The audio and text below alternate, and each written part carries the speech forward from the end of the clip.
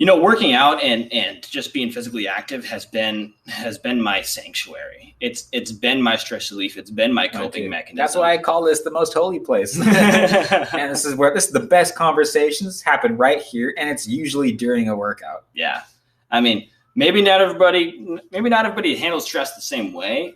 I don't think it's necessarily natural to like handle stress by working out. But I mean, just on a straight of personal testimony, I would encourage anybody to try using working out as a stress relief. Yeah. Because most people will turn to drugs. I know the cigar and alcohol in front of us right now. But it's great. It's something we can enjoy, and we don't have to use it as a coping mechanism. I mean, if you're listening and not watching us on YouTube, we're definitely not drinking and smoking. Yeah, right. Definitely. So.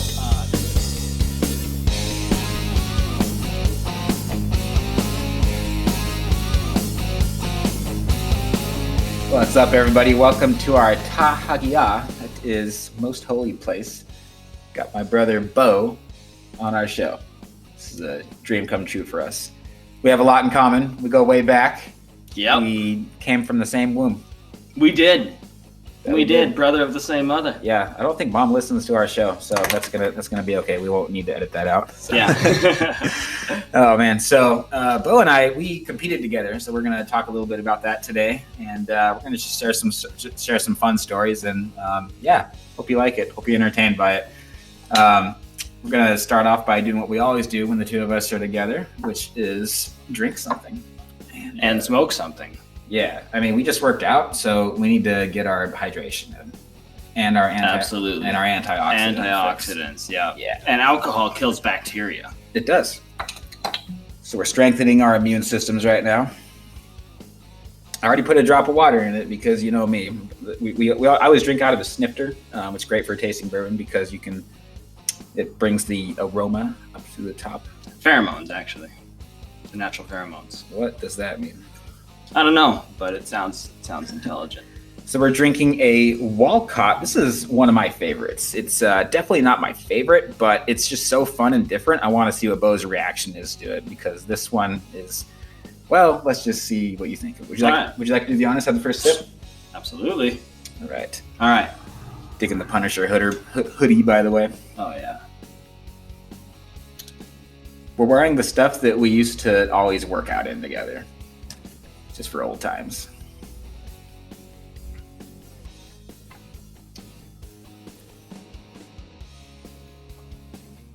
That is powerful. It's very powerful. It's very strong. It's powerful. Because we tasted at Jefferson last night, and it was good, but it was almost too smooth. It was like almost kind of watery. Very, very, very light. Like if it was wine, it would be like a Pinot, basically. It was very light. It was delicious, but it was very light on the palate. Not really my style. It was okay. So what do you think of the Wolcott? It's great. It's like a slap to the face. Yeah. But you like it. You welcome it. I like it too. Yeah. Okay. So first thing I get is apple, and I get some caramel. So like that's kind of my favorite thing about it. It's like a caramel apple. Yeah. Mm-hmm. But not too sweet and sugary. Mm-hmm. It's probably the sweetest bourbon that I've had, next to brown sugar bourbon. Well, that makes sense. Yeah. That one is. I thought it was just like the brand name. I didn't know that it actually tastes like brown sugar, but it literally just tastes like you're drinking straight brown sugar. Yeah, BSB. So it's like, yeah, no, I'm okay, thanks. I think it costs a bit too much for the quality of BSB, personally. I would agree. Yeah. All right, so now what are we smoking, Beau? We're gonna smoke a Rocky Patel. One of your favorites. It is one of my favorites, and I think it's a vintage 1992, so one of their original flavors, if you will. It's one of my pastor's favorites too. Everybody's telling me I need to try it. So. You haven't yet? No. I can't believe I haven't smoked one of these yet. I personally have not. Yeah. Smell that, dirty girl. Smells like some chocolate. You get a little bit of chocolate with it? Yeah, I'd say a little bit of chocolate. I don't think it's super strong on it. I need to get better at trimming the ends off like you do. I think that's paramount. It's always kind of a joke when I do it. Paramount. That word might be too smart for our listeners. I say our listeners, I mean... Well, I'm one of the listeners, so what the hell are you saying? You are? All right, I'm sorry about that. Thanks for listening. That means a lot. That really means a lot. I mean, since I'm your brother, I listen to it to judge it. not to enjoy it. That's right. Just to clarify. Tell me how bad the video quality is and everything. Mm-hmm.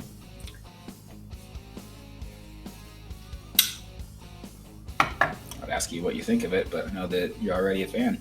This lighter, by the way, what do you think of the lighter? I think that's a nifty lighter. I was looking at that beforehand. Yeah, it's pretty cool. It's a gift from a client. Shout out to Keith. Thank you very much for this, sir. Keith, well done. I like your taste. Putting it to good use. Yep. So you gonna share that thing, or are you Hell just no. Go so what am I supposed to be? What am I supposed to be tasting, smelling with this thing? Well, you try it and tell me. 1992. That's the year I was born.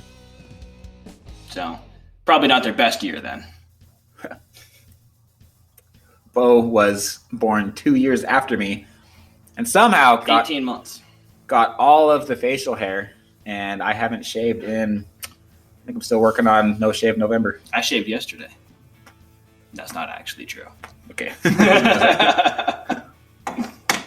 So what do you think? Nice. It's wow, thick, isn't it? Yeah, but it's thick, but it has a smooth draw. Mm-hmm. It's not. You don't have to like puff or pull super hard on it. Yeah. You also cut your holes a little bit bigger than I cut mine. Thank you for refraining yourself. I know where you're going to go with that. Which is fine if we want to go there. I just have to put the language disclaimer on the front end of it, which we have to do with pretty much every comedian I have on this podcast. You're a comedian, right? Unofficially, of course. Okay. Mom says that we're both comedians. So. Okay. Well, should say comedians or clowns? So let's get into the first bodybuilding competition that you won. Oh, man. Yeah. First one I won. That was the first one I was in. That was the first one that you did. You took first place. I Swept did. it. There were. You won novice and open, right? I didn't do novice. I went straight to open. Oh. Yeah, you couldn't compete in both. Freaking stud. There was only 3 people, so I can't give myself incredibly too much credit. Yeah. But I think I got kind of a lucky draw on that one, and that was a real fun experience. I had no clue what on earth I was doing.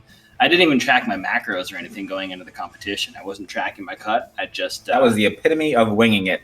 Yep. And I was telling you, you have to track your macros. You have to track your macros, and you're like, nah, I'm okay. I'm just gonna eat whatever I feel like and go more intuitive. And yep, crushed it. I just stayed hungry. Yeah, stay hungry, my friends. And and it worked out. That was a fun experience, though. I remember building up a pump in the in front of the mirrors beforehand, and I did my hair, styled my hair all fun, and I was feeling good about myself. Had sunglasses on, and, if I was in the gym, people would have absolutely called me an arrogant, self-centered douchebag. Yeah. But most people say it about me every day, anyway. Who are those people? That's how my wife describes me. She's like whenever we get a chance to work out together, she's like, oh, I can't wait to work out with you. We never get to work out together, and I love training with my wife, but whenever we do, she gets embarrassed halfway through, and it's like, do you work out like this every time? I'm like, yeah. Training hard, just spit flying out of my mouth in the last couple of reps and flexing in front of the mirrors. Well, here's the thing: when you work out, you don't work out for how you look for other people. You work out for the benefit you get from it. And if you get a great benefit from going super intense in your workout, then I think you should go super intense in your workout. You shouldn't be scared if you're going too intense for somebody else. I think that's their problem to worry about. No, humble opinion there. Yeah. But. Which is actually the one good thing about having to wear masks in the gym is that nobody can see how intense my faces are. They can't see when I pray before like a heavy set or something. I definitely get the Arnold face going. So you might pray before a heavy set, but I pray during it when I can't get that bar. I'm going, Jesus. How do you? That's a joke. But okay, I was gonna say my preset prayer is. Not by power, not by might, but by your spirit. But no, MPS. Not by might, not by power, but by your spirit. That's about all I have time for. Yeah. Good stuff, man. Right on. All right. So after that, we did a show in Seattle together, and this is in the summer of 2019, by the way. And this was the best run that you and I both ever had. It was your only run for Physique and for bodybuilding, and it was the best handful of shows that I ever had was those 4 when I was being coached by Alfred. And we did pretty well together. I think we took first and second, right, at both of the at both categories, bodybuilding and physique. I didn't. Katie's show. No, I did do bodybuilding at that one. Yeah, you did. Yeah, I don't know what I was thinking, but I did do that. It was basically just to be a good sport. Mm-hmm. Yeah, and it was pretty competitive too. There was only a couple guys, but I mean, like everybody had a very good physique at that show. I think there were 4 or 5 people in each category at that one. Mm-hmm. Yeah, so we slept that one, and then we went to, and then a couple weeks after that was basically a warm-up show for the Hollywood Supernatural. That was one of the best weekends of both of our life. That was fun. I had a bad night. The whole experience. One of the there, but overall the trip was fantastic. Yeah, so dad came with us. That was cool. Dad flew and met us there from Montana to see both of his goody two shoes Christian ranch kids that he raised in Montana in our underwear, dancing around on stage and flexing up a storm at Muscle Beach, and people taking pictures of us smoking cigars and drinking whiskey on the beach, just like Arnold, throwing out all the classic poses and everything. And yeah, that was a good time. That was fun. Okay, so you almost died on that trip. It felt like it. Did you almost die? I don't know. I was scared. Never went to the doctor, but I felt terrible. Yeah, I mean, my coach told me to sleep, so I was sleeping, But well, you were my coach. You told me to eat a shit ton of sweet potatoes. I wasn't your coach for that show. That's true. You never actually coached me. I got a lot of advice from you, and I think I extrapolated some numbers on my own dealing. I was basically coaching you. Did I tell you to eat that many sweet potatoes that one night? I thought we figured that out together. Okay. How we're supposed to math that. But I've also never met somebody that can eat as many sweet potatoes as me in one sitting. I'll put 3, 4, 5 pounds down literally in one sitting and wake up the next day and I'm full. I gained 7 pounds by doing that because of all the water retention. I think I tried to do something like 6, 7, or 8 pounds of sweet potatoes in that one sitting. Pretty sure that's what that was, and. My body, because that was after depleting. Because we depleted, we flew there depleted. We flew depleted because if you fly while you're consuming carbs, it makes you retain water. So we're basically drinking 3 or 4 gallons of water a day up through the flight. And when we get there, and then as soon as we got there that night was as many sweet potatoes as we could possibly eat. More than we could possibly eat in my case. Yeah, and basically like you're full and you just keep shoving them down. That's what we were doing, which worked really well for me. Which is why I was just like, I mean, hey, like if you don't want to track your macros or anything, that's fine. But just do what I'm doing if you want to try it. And okay. So you tell what happened. You tell the story. Like you said, you get there and you just I remember hopping on the plane in Seattle. Going with our food because we brought our food with us. So we wouldn't have to wait for our checked baggage when we got to LA to start eating our sweet potatoes and carving up. So I remember flying in the TSA agent going through my bag going, "What is this?" And he takes out this meal container that is thick. And he goes, "What is that?" And I go, "It's about 8 pounds of sweet potatoes." And he just looks at me weird, and I'm like, going to a bodybuilding show, and he's like, "All right. Have a good flight." He did not know what to say, and So we landed. We start chowing on those, and oh gosh, what was the car we rented? We rented a BMW. I rented a BMW. Oh, that was surprised you with the BMW. Yeah, that was a 328i because you knew that's my favorite BMW. Yeah, so red, bright red. You didn't even give. I forgot all about that. Yeah, you didn't even give me a heads up. You were just I surprised you on that one. You were just like, okay, here's our loaner car, and I was just like, what? And you were like, yep. And I was like, surprise! Hell yeah. Yeah. That was cool. That was pretty fun. Yeah. So LA was pretty different from Montana, which is pretty dry and cold a lot of the year. But no, hopping down on there and eating those sweet potatoes, it just started. It was pretty terrible, and then and you've never even liked them. I've never even liked sweet potatoes. Because at the time, sweet potatoes was my favorite food. My favorite food now is steak, but at the time it was sweet potatoes. Yeah. So I just kind of monkey see, monkey do. Yeah. So I was like, well, that's what works for you. Shit, I'll copy that. I'll do that too. And I put them down, man, and it was miserable. I just kept eating and kept eating and kept eating, and I'm the kind of person that if I'm going to do something, I'm going to go 100%. Well, and we were chugging water too. And chugging water. Yeah. So that's a mistake I made, and I made it 100%. And I spent probably 4 hours puking that night. It was the worst pain right at the top of my stomach that I have ever felt in my life. And I felt like I broke something there or tore something. And it turns out I might have actually broke something there. Because I had significant acid reflux about 3, 4, 5 months after that. And then I had to have acid reflux surgery. So there's a chance I could have busted something there. You still don't know 100% whether that had anything to do with it. I asked the doctors about that, and they were like, it might have been, probably wasn't. Okay. So to be funny, I say that's what caused it. But it could have been, might not have been, could just be a genetic thing. They say sometimes that junction right there just loosens up a little bit. Yeah. So who knows? But that was one bad, painful night. I probably got 1 hour of sleep maybe that night, which is not exactly what you want to do before a competition. No, you need your sleep. Yeah. And on that note too, this is not the fault of our coach. I have the best coach that I could possibly ask for, but my coach, I didn't have a coach. Right, exactly. My coach was coaching me, and this is why you can't just take a program and copy it and give it to somebody else. I mean, like, I wasn't really coaching Beau. I was kind of helping him out, and it was basically just... I was kind of asking you, like, what are you doing? Oh, okay, maybe I'll try to copy that. Exactly. But it wasn't a program tailored to me whatsoever. Right, because we have different genetics. We're similar, but we have different genetics. Right, so, you got the strong genetics, I got the better-looking genetics. Yeah, and my coach and I were talking... Okay. We should edit that out. But my coach and I were talking every single day, and we literally every minute of every single day. And I was like, "Are you hungry? Yes. Okay, eat this. Are you hungry? Yes. Okay, eat that. Are you thirsty? Yeah. Okay, drink something. Like, are you tired? Are you feeling strong? And just nonstop throughout the entire day, because he wasn't at that show, and so he and I together got my physique down to a T. Like, we knew exactly how my body responded to everything. But yeah, I mean, for you, like, to just like copy everything I'm doing, man, that's we should have known better. Yeah, well, you live and you learn, right? Yeah. Or you live and you mess yourself up, one of the two. Now we got this hilarious story to tell. Yeah, it wasn't funny for me at the time. Not one bit.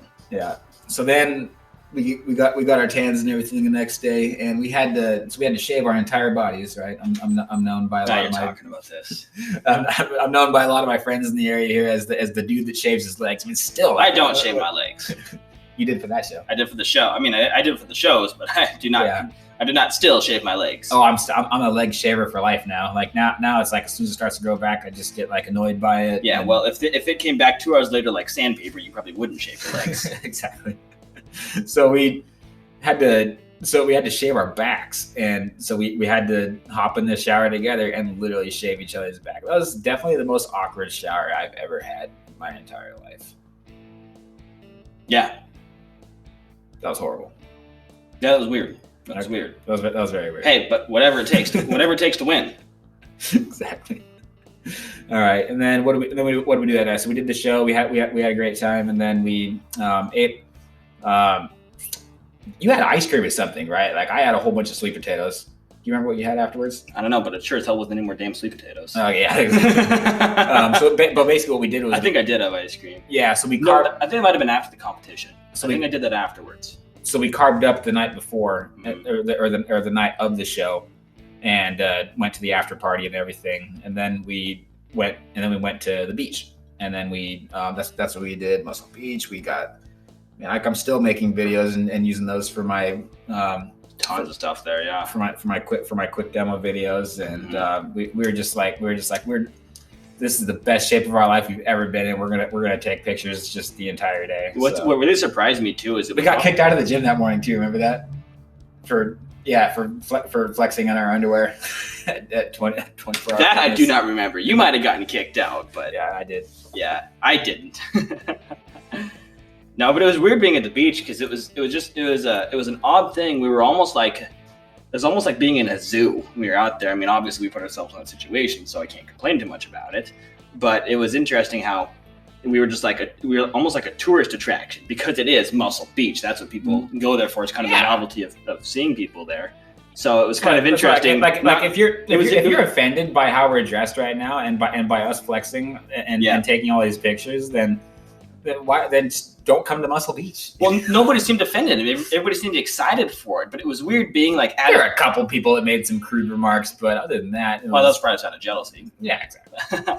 But it was weird, like going to a place that's kind of a tourist attraction and not like going there for the touristic thing, but like kind of being the tourist attraction. That was a weird thing. That was weird. And it was fun. I enjoyed it. And I knew it wouldn't last. So I was like, well, soak it in, enjoy the moment, and go from there. We were blasting music the entire time with our Bluetooth speaker. Yeah, all tanned up. Yeah. Dad was just like, Dad was confused. So proud of my kids right now.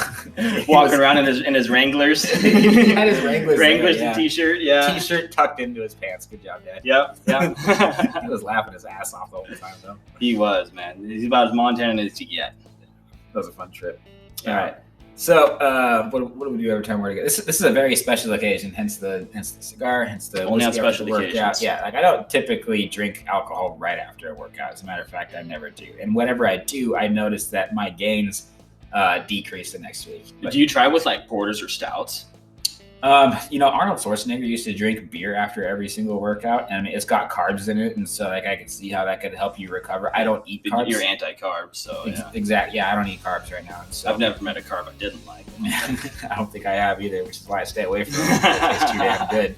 As long as I keep them out of my life, then I'm eating steak every day, and I know you can't go wrong with steak. Exactly. 2 weekends ago, I trained legs. I had alcohol afterward because my pastor and I smoked cigars for like 4 hours. And then I came home and I finally got some protein when I got home. I didn't think we were going to be that long. I don't know why. I should have known better. But a week after that, my deadlifts and squats were horrible. Just awful. Like your body needs protein. Was it the nicotine? That might have had. I'm sure it didn't help. Yeah. But that next week though was one of the worst leg days I ever had. I was just pissed off and mad because it was hard for me to hit my lifts. I still got on my list, but it took every single piece of motivation hidden in my central nervous system to be able to get those. And I really overdid it just to get those lifts back. And I made sure that after that workout, I got protein right away, and I ate a lot of food the rest of the day to make sure. It's interesting. It seems to me like you and your body seem to be a lot more susceptible to what you put in it, like during your workouts and after your workouts. I've noticed more flexibility as a result of that. And from whether that is, I don't know what that's from, but and it could be that I am just not in tune or working at as much of a pinnacle of physical strength as you are as well. Right. A lot of my training is geared toward I'm going into more military oriented, so functional strength, right, as opposed to physique and 1 rep maxes or whatever strength training you do. I'm much less strength oriented as I am endurance oriented. Mm-hmm. So it could just be the difference in our workouts as well. Right. Yeah, I don't know. I think that if you were as in tune with your body as I am, I think you would have, you already play as well. You probably would have been winning shows. You may even have your pro card by now because especially with men's physique, you're just so gifted genetically, specifically for physique. And you got all the judges after every show are like, Beau's got you on physique. I mean, he's got the posing. He's a natural physique competitor, and you are not. I've had so many people tell me that. That's the only reason I do men's physique is because if I'm doing bodybuilding, and you beat me in physique too a couple of times. A couple of times, but I mean, I think I got lucky. I mean, I think you should have won those couple times. I was surprised that I beat you those couple times. I was surprised too.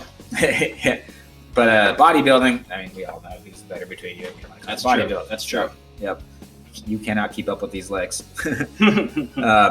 But after every show, is pretty much the feedback that we got from the judges. They're just like, "Why are you doing physique?" I'm like, I'm literally just doing men's physique because I'm already in shape. I might as well just throw on some board shorts and go up for the physique too. I mean, it's just like a track meet. Are you just going to go for the event that you're best at, or are you going to go and compete in a couple other events, even if you're not really that good at them? But I mean, just to do it, so you're not just sitting around the rest of the day. It's fun. I like going on in men's physique, and it's just a good time. Whether you win or not, which of course in physique I never really did. So I am a bodybuilder. I'm not a pretty boy. I'm a monster. I got the pretty boy awards. That's what I got. Yeah. All right. So, So when it comes to physique and when it comes to bodybuilding, we know where our strengths are. And so if you knew your body the way that I did, you'd probably be you'd place well in classic. I know you would place even better in physique.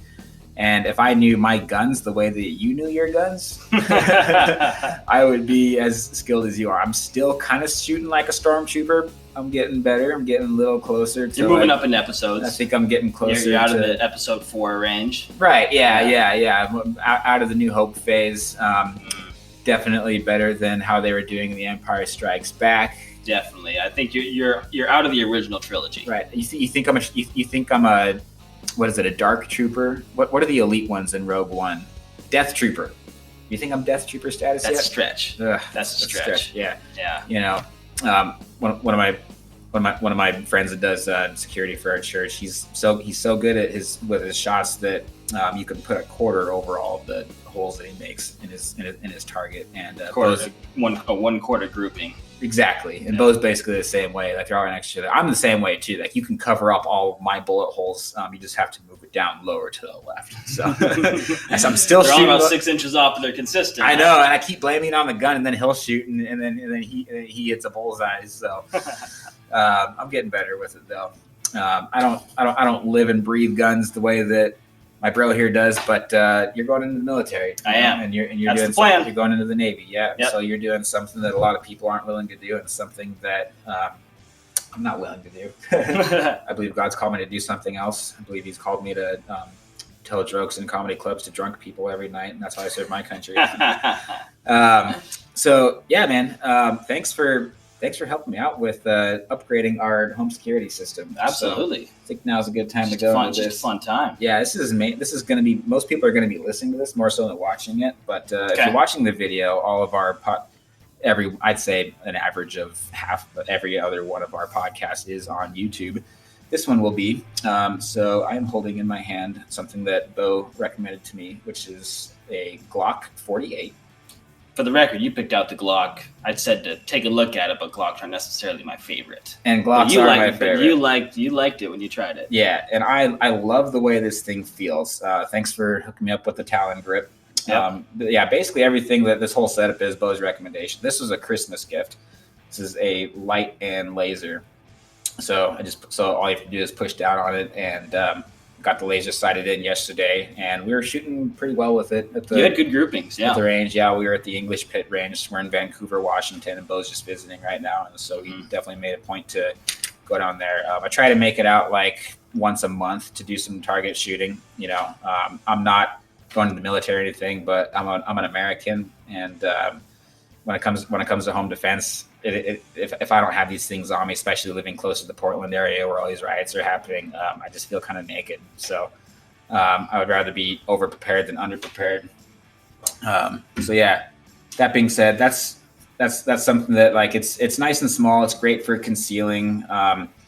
It's, you know, these aren't toys, but I mean, they kind of are, and you kind of have to enjoy it, because enjoying something and having some fun with it is one of the best ways to. I mean, that's a very good point you bring up. It's something you need to respect. I mean, I don't like, even though I'm a huge proponent of guns. I like having firearms. I think it's a great thing for virtually everybody to have, but I don't like it if you're just going to have the gun just to have it, or just to have fun necessarily. You need to practice it. You need to know what you're doing. You need to know how to operate it safely, and to not hurt yourself or somebody you don't intend on, you know, somebody who is not a threat or posing a huge threat to you. Exactly. Safe and responsible. I mean, it's just like driving a car. Cars are great tools, but you need to know how to operate a vehicle safely. Otherwise, you can end up killing somebody that you don't intend to. So there is a good, serious safety note, and I'm glad you brought that one up. There's a greater chance of dying in a car accident driving on the way to the range than there is by an accident at the range. Yep.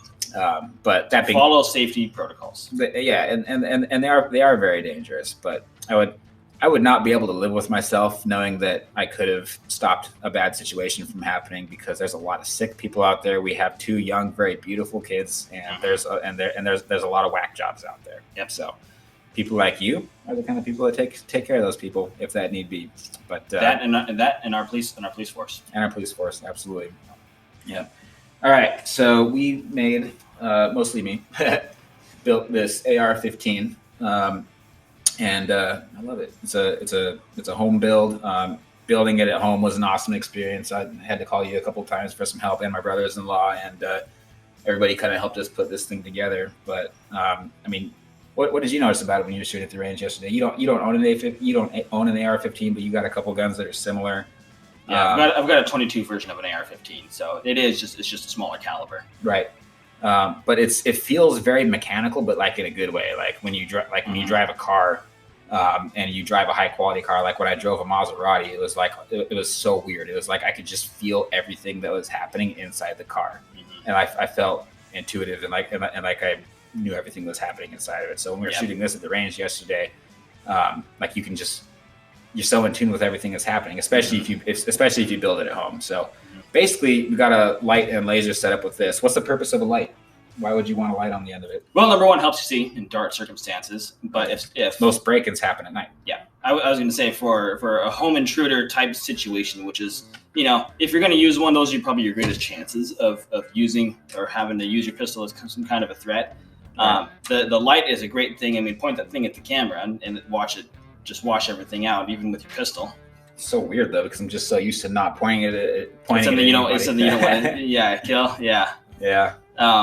So the great part about a light is it's blinding, it's scary. I mean, if you're looking at somebody who is shining one of these lights at you, you're completely incapacitated. If you want to try it, point it at a mirror, and you'll just go, oh my goodness, you can't see anything. Yeah, I mean, we did that a couple of times just to get a feel for what it's like. Exactly. Kind of like with pepper sprays, like police, like they need to get sprayed with it so that they know what it feels like. It's a great deterrent that doesn't involve shooting somebody. Right. And ultimately, even if you're in a defensive situation, you would like to avoid shooting somebody if at all possible. Yep. So it is a great way to intimidate, give yourself an upper hand that you can see them, you can see your threat can't see you, and hopefully deter them to bug out instead of continuing with whatever they're doing causing the threat. Exactly. So this thing's noisy, which is what I love about it, and that's kind of what you want to. Yep. So I just took the magazine out. There's 40 of them in this sucker, and nothing in the chamber. Cleared it, right? And I'm gonna flip. There's no reason to have the safety off, so I'm keeping the safety on, but just to hear what it sounds like. I mean, it's loud, and so I don't keep a bullet in the chamber. I know some people are a fan of it, but I don't keep one in the chamber when I'm concealing or when it's at home. This thing is right.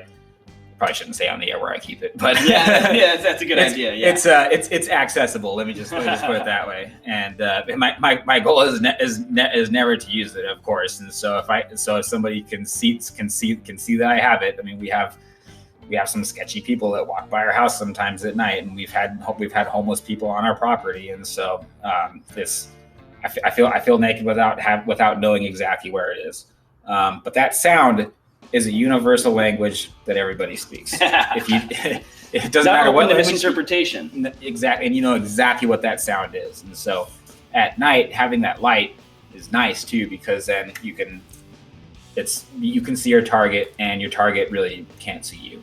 Mm-hmm. So, it's not just. It's not just guns and break-ins that we should practice safety drills with, but you noticed it when you came into our house for the first time. We have a fire safety drill. Yep. When people whenever we have anybody spend the night, first thing we do is we show them our fire safety drill. Yep. We went over that. Yeah, we have a very nice fire safety system within our house. As a matter of fact, we have a very high quality fire extinguisher right there. And so, I mean, it's like we would take those kind of safety precautions and practice those kind of drills, right? And so my wife knows that we have a break-in, we know exactly where these things are located, and we know exactly how to use them. We practice them using them that way. And so we had a lot of fun at the range yesterday. I mean, it's fun using these things, and it should be, and that's one of the best ways to learn. But we're also practicing. We're also practicing very serious situations and making sure that we're not immature around this subject. Absolutely. Yep. Very well said. So what do you got? You just got a new one. Yeah, I just got a new one for conceal. And, for anybody out there newer to guns, the most important thing to do with a firearm, as soon as you pick it up, I know the gun is clear. I have bullets in the mag, nothing in the chamber. But you never want to assume, even though if I just set it down a couple seconds ago to get it ready, you always want to make sure that it's clear. So you want to visually inspect that there's nothing in there.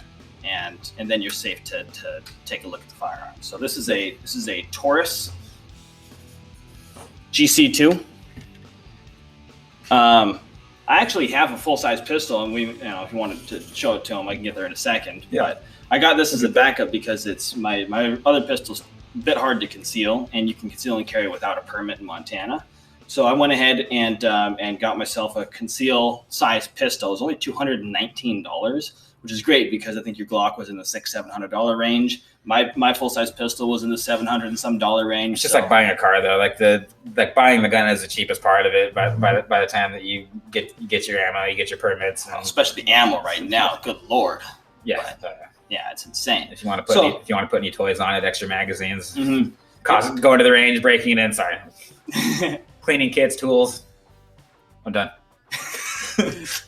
Anyways, for somebody out there wanting to get a pistol, a lot of times with firearms, the more you spend, the better quality you get. And if you try to stay with something on the cheaper end, a lot of times you don't get something that is dependable. And that's the one thing, if you're going to carry something like this, you want it to be dependable. You never want to be in a situation where you have to use it, where you're counting on it, and then it doesn't work. What I did notice from all the reviews from my firing with this, it is a very dependable, very cheap, effective firearm. It's great. It is great quality. It's got an external safety. So if you were in a situation where you were expecting a possible threat, like if it was for some reason you're pulling a couple $1,000s out of a dark alley ATM, and I don't know why you'd be in that situation, but if you were, you could load one into the chamber, turn the safety on, reholster it, and no, it wouldn't go off if it just got bumped because the external safety is on there to block the firing pin. Yeah. So anyways, I do have a good review of this pistol. It is recommendable. Yeah. And I went ahead and put some extra grip on the outside of that too. It's a concealed grip from Talon Grips. Mm-hmm. Talon Grips is a good company, and then the other one. I like their stuff. Yeah, but this is my baby. Yeah. This is my pride and joy. So same thing. As soon as I pick it up, I know I cleared it beforehand. I'm going to drop the mag, visually inspect it. It's clear, and then discharge that. So. Yeah, this is a HK VP9. HK is a German designed pistol. The VP stands for the Pistol pistol, which stands for the People's Pistol. In Germany, this one was probably $750. It's got tritium glowing night sights on it. I went and put a hollow sun sight on there. Red dot. I don't know if I can show the camera that if it'll show up very well or not. Oh, there you go. You can see it right now. There you go. Perfect. I am pointing the barrel at me, which is probably not recommendable, just for the sake of of showing the red dot on there. Was why I showed that day. I did already clear it, so yeah. And it was already in hand. But I carry a full size light on there, not a laser as well, but it is quite bright, as you can see. If somebody, especially even if it's light in here, if it was dark at night, especially even, that would be ridiculously blinding. Yeah. So if you're epileptic, watch out, because it does have a strobe mode on it as well. Yeah. So another level of deterrent. Oh yeah, it'd be super confusing. Yeah. So if you're wondering why would you carry a full size pistol like this, a full size firearm that you can't really conceal, and why wouldn't you just carry something small like this? The reason, if you're carrying something that is compact, is it's so small, so the force to weight ratio makes this thing snap up a lot worse than a larger pistol. Yeah. We're at the range, and I was shooting this thing, I was getting used to it, and it'd snap and snap and snap and snap. It's not because it's a low quality pistol, it's literally just due to the size and weight of the pistol. It doesn't matter if you buy something that's a couple $1,000s that's super tiny like this, it's still gonna snap. It's still going to have kind of that snappy thing just because of the weight of it. Now, a lot of the more expensive ones will reduce that. They'll have ways of reducing that, whether that be the bore profile or different types of recoil springs or something like that. Yeah. But then I transitioned. I took a couple dozen shots with my concealed pistol. I pulled out the VP9, and it felt like it didn't even move. It was just like boom, and I'm like, did that shoot? And obviously it did. But the difference between a full-size pistol, especially with a large weapon-mounted sight on the front of it, and the weight of my red dot sight on the top, made the recoil almost negligible in comparison to my concealed pistol. Yeah. So if I have a choice, if I'm wearing a big flannel, or if I'm wearing it's winter, I'm wearing a winter coat, I will conceal this absolutely, just because the shooter. The ease of the shooter and the shooter integration on that is just phenomenal. I love that pistol. That is the best trigger I've ever felt. Yep. It is superior to any Glock in any way, in any and every way, shape, and form. This is where it comes up for debate. Okay, I was about ready to go on to the next topic, and then I was like, you know what? No, here's why Glocks are better, because that's bullshit. It just fits like a glove. And when it comes to jam, this thing never jams unless I put garbage ammo through it. Does yours jam? No. Really? Oh, okay. Well, Glocks are better. I just like them better. Yeah, I was shooting both of yours yesterday, and I don't know, man. Like I like both of them, but it's just not mine. And really, I think it's what I'm used to. I'm comfortable with it. I love how it feels. Whenever I shoot one of yours, it's like I'm like, thanks. But I'm ready to just pull mine out again. That reinforces your intelligence level, I'll say. Thank you for that. No, but Cole brings up a great point. There is not, when you're talking about pistols like this, it's kind of like, if you're going to go Ferrari or Lamborghini, there's not a question of quality necessarily. It's a question of personal preference. Right. So you find something, the best thing to do if you're looking for a pistol is to go to a shooting range that lets you try different pistols in your caliber and shoot them, and you pick what you like. Yeah. And especially most people at gun ranges are very, very knowledgeable, and everybody loves talking about guns. Hard to shut me up if you get me rolling on. But Cole loves his Glock, and Glock is a very great brand. I mean, there's a reason why the majority of police officers carry Glocks. Taylor likes it too, but I think you got her sold on that little one though. Yeah, I think I got sold on the price of it as well. Yeah. The Taurus is not my favorite gun to shoot. I mean, it's small, but for the price to dependability ratio, I think it's a very difficult gun to beat for the quality, dependability to price. Yeah. I shot a bunch of Glocks before I got my VP9, my HK, and as soon as I picked up this one, it was like boom, instantly. It just felt like a glove to my hand. So again, it's absolutely personal preference, and there is not a best gun out there. It's whatever gun you shoot best with. That's the best gun for you. It's whichever one that you shoot best and operate best. Yeah. So I mean, it's just like barbells. It's just like gym equipment, right? It's like I do not. Everybody knows me. If I'm in a gym, I'm using cables and I'm using machines. I'm not touching a dumbbell and I'm not touching a barbell. It'd be poor marketing, really, because I make all my own stuff. So it's like, why would I promote somebody else's product? Well, and like your Skullbellz are much better than dumbbells. Thank you. And I would love to say that would be. I love to come on here and go, they're actually shit. Use regular dumbbells. I'd love to say that because you're my brother. I'd love to stick it to you. But you know the truth. Yeah. I reluctantly admit it, I suppose. No, you made me a set of 30s, and I love those things. I think the weight on the ends there and the twist on it. The distribution is different. You get a different bicep pump, huh? You do. You definitely do. Yeah. And it's not just something that it's not just because it looks badass why you think you're getting a better pump. Scientifically looking at it, you're like, okay, this is actually working my bicep differently. Yeah. That there's no question about it, and it looks savage. Yeah. It just looks cool. I mean, it makes it fun. Yeah, the guys that know the Punisher logo. If you guys have watched American Sniper, the Chris Kyle story. If you watched the Netflix story on the Punisher, skulls are just cool. Yeah. I mean, that's just what they are. So it's neat. It's neat to be able to kind of take that for me from a military perspective to take that skull and use that in the workout regimen. I think it's pretty badass. I thought that our best customers and our most recurring customers would be people that are like hardcore bodybuilders and like listen to heavy metal and stuff. But it's mostly just people that work out at home and that aren't like serious about it. I mean, don't get me wrong. I mean, like the hardcore people are definitely all about it too. But it's mostly people that just that just want to be overall fit and healthy and.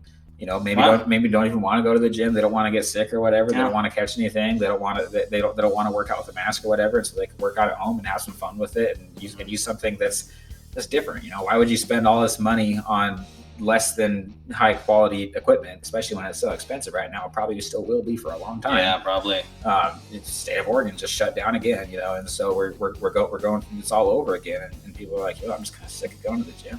I like the flexibility of being able to work out at home. And so if you have a fun, different way to do it, then makes your workouts at home different than something that you're doing. I think that's a good point. Like you said, the hardcore people are going to work out regardless. Right. They don't need to be motivated to go to the gym or to work out, and they probably already have a good setup. They probably already have it. But to have something that is like motivating to pick up because it looks cool with the skull on there. Yeah. And if I'm not mistaken, your stuff is priced better than most like generic stuff anyway. So if you get something that looks savage, like helps you like work out, is motivating.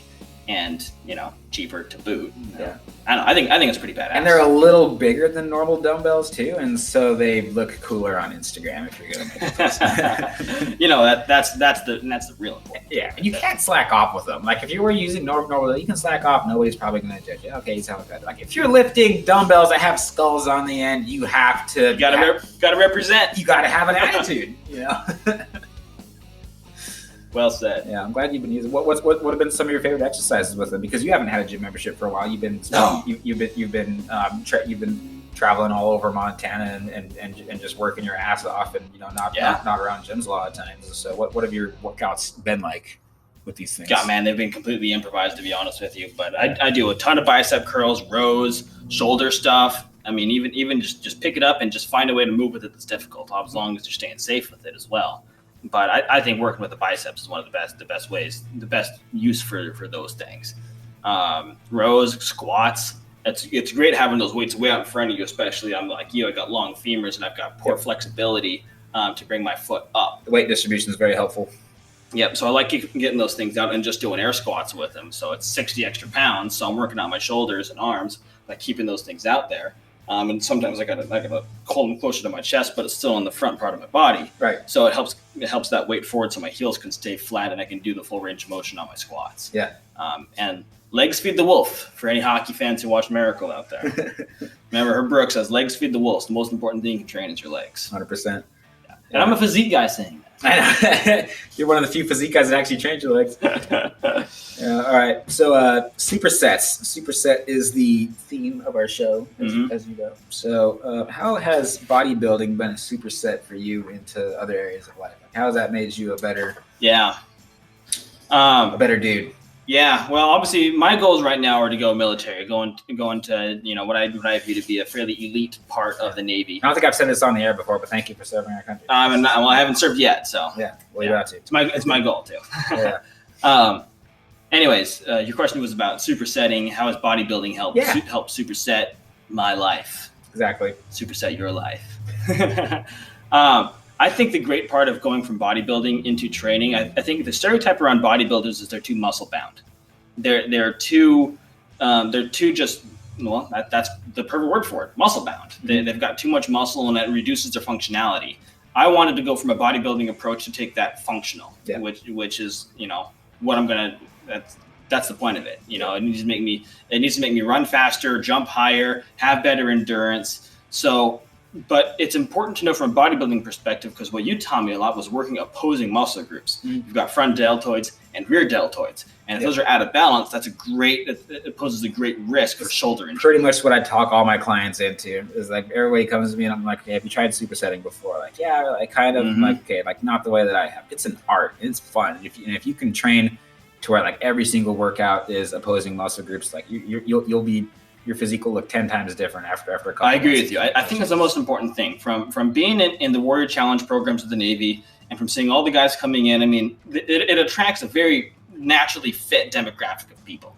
People are not out of shape going into the Warrior Challenge. These are SEALs, SWCS, divers, bomb technicians, EODs, and I always forget air rescue swimmers. Right. So I always forget about the swimmers.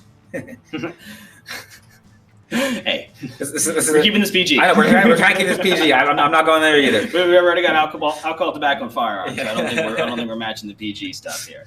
But from what I notice, a lot of these people, what do they do to train to go into special warfare? They train push-ups, some pull-ups, running, and sit-ups. Okay, but you're working primarily pushing muscle groups and then pulling up. So you're working, what's inside your body called the ventricle?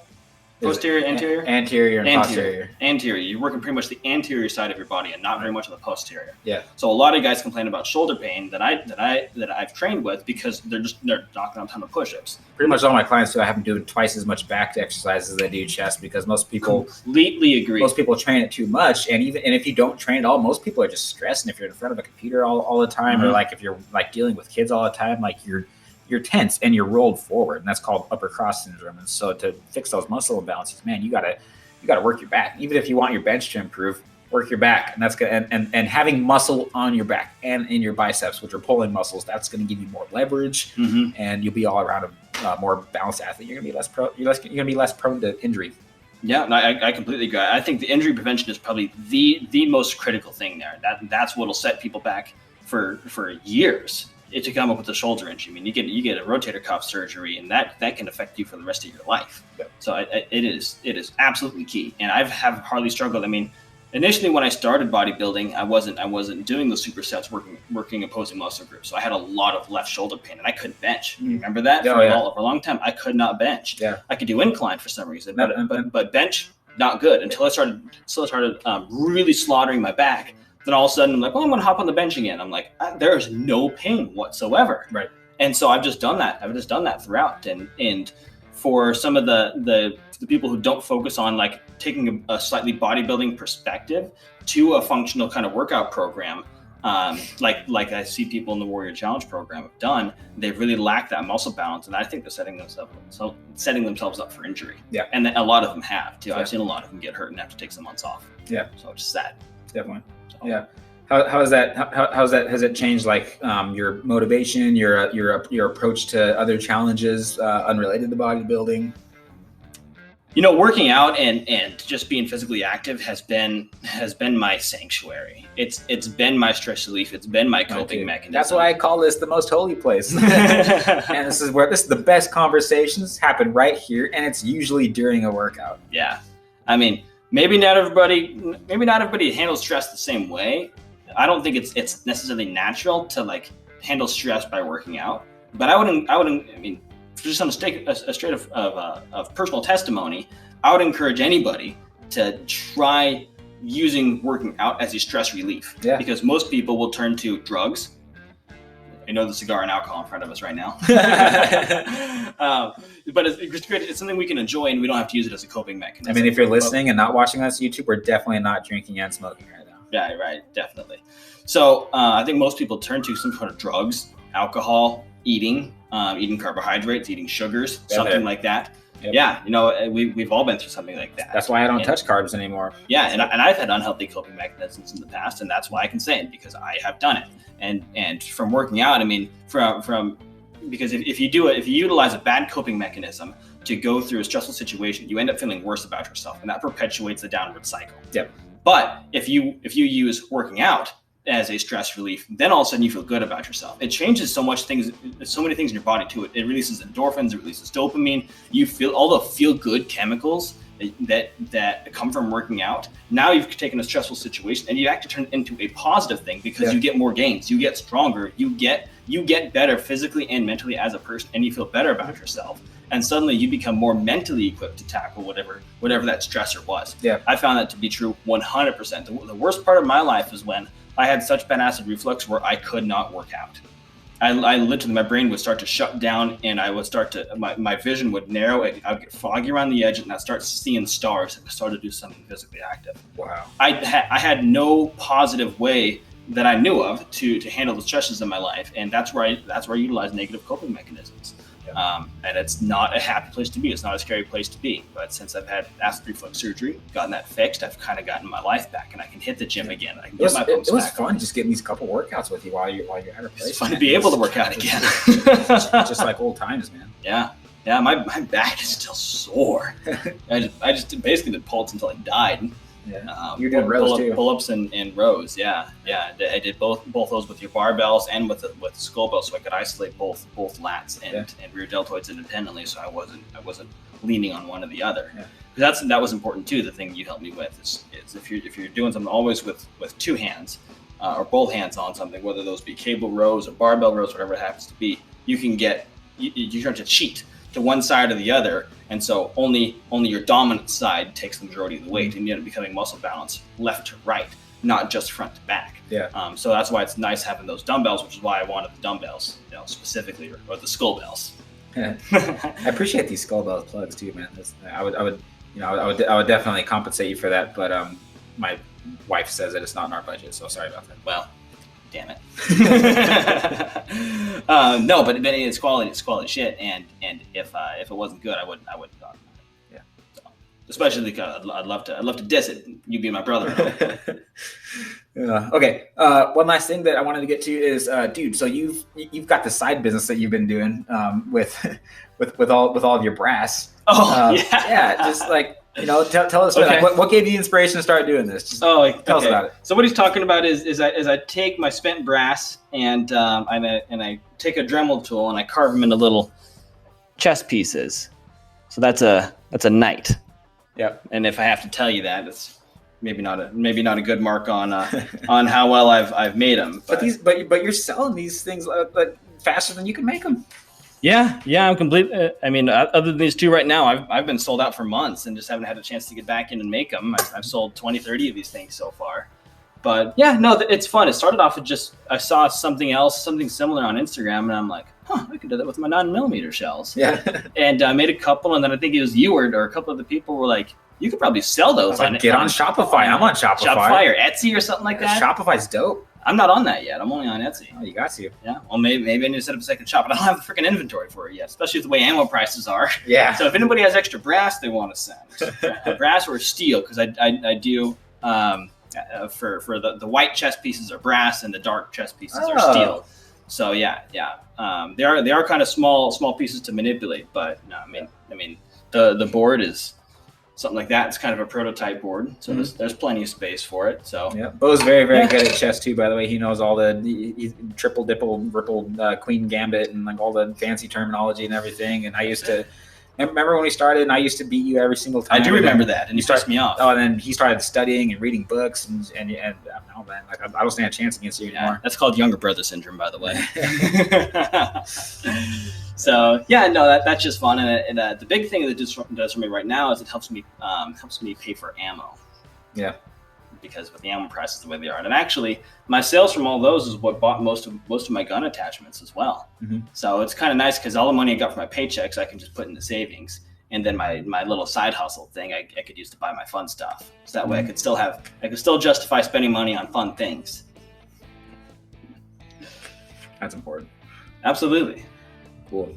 All right, man. Well, for recording this podcast on a whim and just like, hey, while you're here, why don't we record something? Like yesterday, we're like, man, let's do it. Yeah, we cut into some good stuff. So I appreciate it, man. Yeah. I also want to thank you for the microphone. This was a birthday gift for me because you were going to start a podcast, and then I was going to start a podcast. Decided against that. You're like, no, I just want to go all in with the military and where I believe God's calling me to go. And so I'm like, great, it's serve our country. And if you're not going to use this thing, then I'll put it to some good use. So yep. Thank you very much. It looks like you have. Yeah. Hello, buddy. Good to see you again. All right, brother. Well, yeah. Thanks again for being on our show. Yeah, thanks for having me on. Yeah, I love you. God bless. Thanks for everything that you do. And we'll do this again after you got some. I'm sure you'll have lots of stories to tell. Yep. I think I will. I'll be limited on what details I can share, I'm sure, but I love to tell stories. Yeah. So 6 years, we'll see where we're at. Yeah. All right, brother. Well, thanks again. All right. Thank you.